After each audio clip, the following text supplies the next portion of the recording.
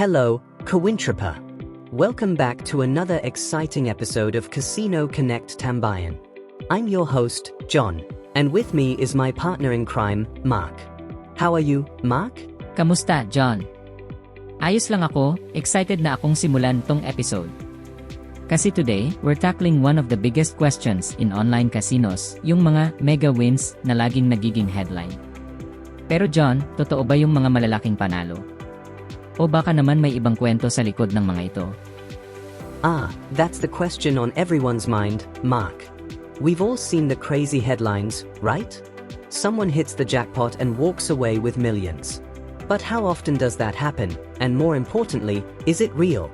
Today, we'll dig into whether these massive wins are legit or if they're just part of a marketing strategy to keep us hooked. So, John, let's start with one of the most famous examples, Mega Moolah. Kung hindi pa kayo familiar, ito yung slot game na kilala sa mga pinakamalaking jackpots sa online casino world. Back in 2015, may isang player na nanalo ng £18 million. Hindi lang pangarap, buhay na pagbabago yan, di ba? Exactly, Mark. £18 million, that's life-changing money. But here's the thing, how often does something like that happen? It sounds almost too good to be true, doesn't it? And did you know that some of the biggest Mega Moolah wins actually came from countries like the United Kingdom, Canada, Australia, and South Africa? So, it's not just a one-time thing. These countries have seen some of the biggest payouts. Oo nga, John. Yun yung tanong eh. Kasi nga, online casino games like Mega Moolah use something called a random number generator, meaning that each spin is completely random. Walang sino man ang pwedeng mag-control sa resulta. Kaya sa theory, lahat ng panalo ay totoo, yung malalaking jackpots at mga maliliit na panalo. Right, Mark. So the RNG makes everything fair, but the big wins we see, they're super rare. It's a game of chance, but it's also a game of odds. And while some wins are real, the question remains, is there a bit of showmanship involved? Okay, let's talk about the show side of things. Kung titignan mo ang mga big wins, may mga moments na parang nakaset up, di ba? The confetti flying, the winner celebrating like crazy. Parang, wow! Ang saya! Pero what if all of it is planned to make the win feel even more exciting? That's the big question, Mark. Casinos are in the business of entertainment, and what better way to entertain than by showing us these crazy big wins? It's like a movie, the winner's smiling, everyone's cheering, and it feels like a fairy tale. But is it all part of a marketing strategy? Correct, John. Hindi lang kasi puro luck yung nangyayari. Kasi may mga casinos na nagbabayad ng players to act as if they won big, then they film it to make it look authentic. Kaya't ang tanong ko sa'yo, John, kung ganun, how do we know if it's real? Exactly, Mark. While I believe that some wins are completely legit, we also have to understand that casinos want to keep us coming back. And the easiest way to do that is by making us believe that anyone can hit it big, but in reality, those wins are super rare.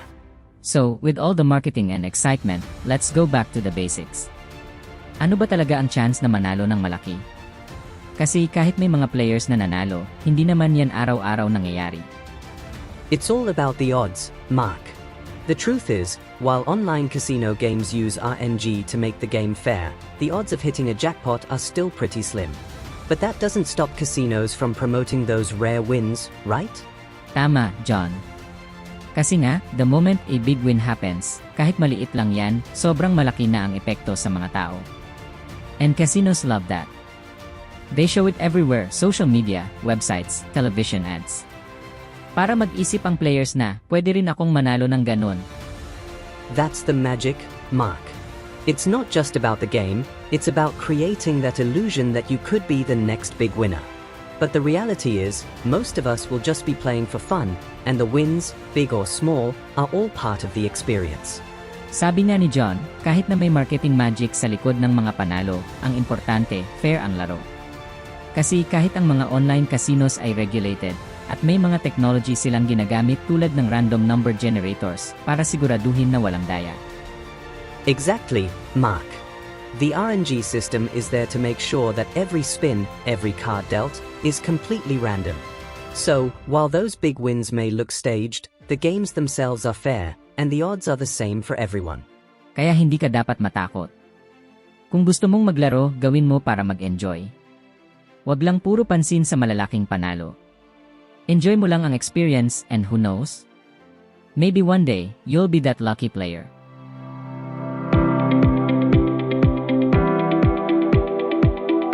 Alright, Kawintrapa, now we want to hear from you. Have you ever had a big win in an online casino? Or maybe you saw one that made you think, wait, that doesn't seem real. We want to hear your stories. Let us know your thoughts on social media or in the comments. Sana may mga kwento kayo, Kawintropa. Baka may mga narinig kayong mga super big wins or mga close calls na ginulat kayo. Let us know and we might feature your story on the next episode. That's it for today's episode of Casino Connect Tambayan. Don't forget to hit that subscribe button, share this episode with your mates, and remember, always play responsibly. Maraming salamat, Kawintropa. Huwag kalimutan, ang importante ay mag-enjoy sa laro. Paalam at hanggang sa susunod.